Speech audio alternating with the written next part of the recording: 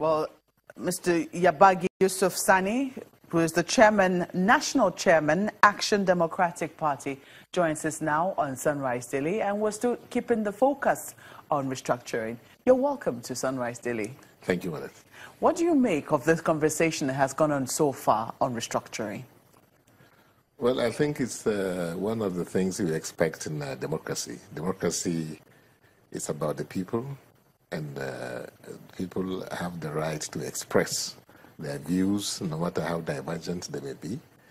And that is the beauty of democracy. So restructuring is another way of saying that we should move faster than the way we are moving, economically, socially, politically, which in fact is the reason why Action Democratic Party came on board.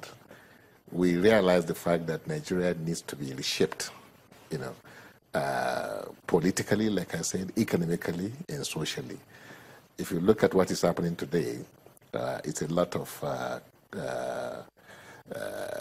disorganization in all fronts, if you look at it. You look at the politics of Nigeria, you look at the economy of it, you look at the social aspect of our country. We need to sit down and reassess and re-strategize how we move this country forward. What some of us may not agree with is the manner of expression, or how some people try to put their views across. Some people try to put these views across in a way that suggests that it's like you want to go out of the existing system, which by and large, is a kind of settled arrangement for the country. And anytime you want to disturb or destabilize or change in an appropriate manner what you have as a settled situation, it calls for a lot of concern. And that's why some people are concerned, particularly Action Democratic Party. We believe Nigeria needs to be restructured. And by the way, restructuring has been going on. If you look at this country, the way we were 1914, come to the third republic, the parliamentary system we had, where you have 4 regions. You came to the military, where you have military system. Then you came to have 12 states, and then today we have 36 plus federal capitals. In the presidential system. In the presidential system. So, which means we are actually, restructuring. But probably it's not fast enough. Nigeria is a country that plays a dominant role in the global economic setting. We don't know, maybe some of us do not know. If you look at the GDP of Nigeria, it shouldn't be where we are today. If you look at the growth rate of our GDP and what you have, even in the United States, in fact, our GDP is supposed to grow faster than that of the United States, because we have those things that are yet to be tapped, those potentials that are not yet tapped.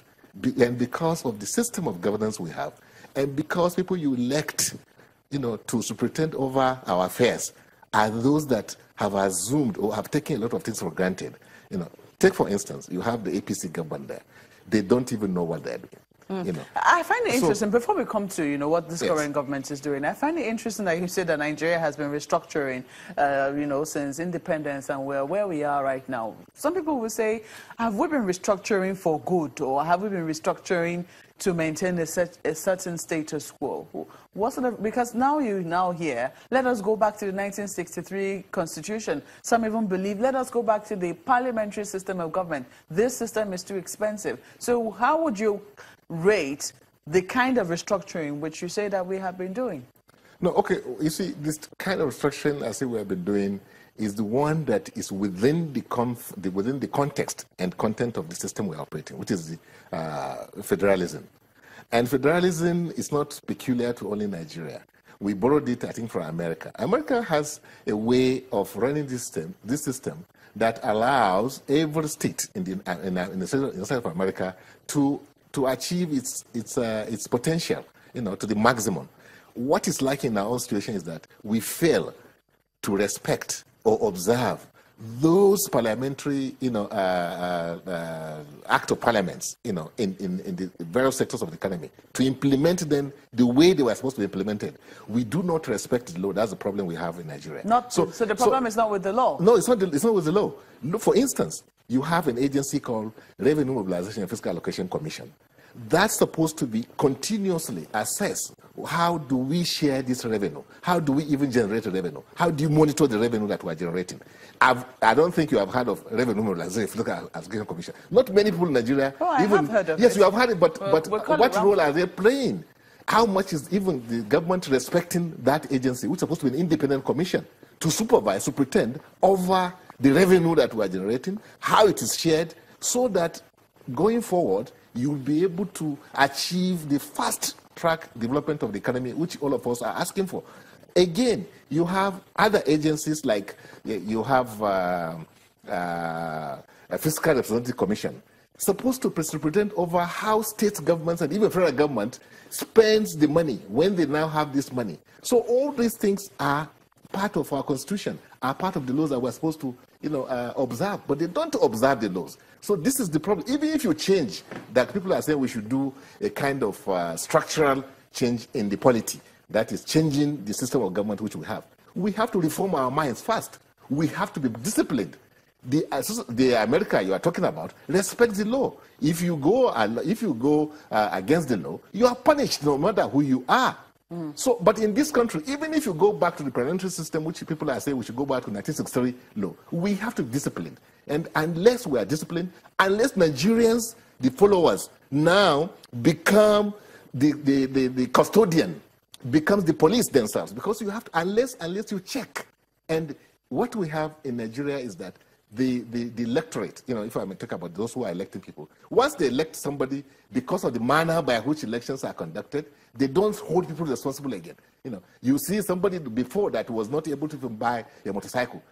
All of a sudden, 3 months, the man is riding in Mercedes and building houses, marrying money, wives, and they what they say, they clap. They say, "Oh, this man is lucky," not knowing that it's your money that the man is stealing to do all these things. So unless we as Nigerians become alive to our responsibilities, as even the followers, it's not only even the people in the government, there's no restructuring you would do that will respond to the needs of this country. So that's the point we're making. That it's not only the people that are in government, it's not even the system itself, it's the people, we ourselves. We ourselves are the problem. So you agree with those who say that, no, Nigerians are the ones who need to be restructured? Exactly. It's us that we should restructure. So let us now ask your party then, because you were about to say something about the current party government. Yes. What will the Action Democratic Party be proposing as a way of restructuring the minds of Nigerians? Oh, you see what is lacking today, which is apparent, is that there's no vision, there's no plan, there's no competence, there's no, even credibility they're talking about is no longer even there. So, and in any situation where you don't have this as a party or a government, you'll be just in disarray. It's just a roller coaster. Where we land is anyone's guess. That is why you find a party, I don't know if you can call them a party, APC as an organization that just came together as an emergency, coming together to grab, as if they're just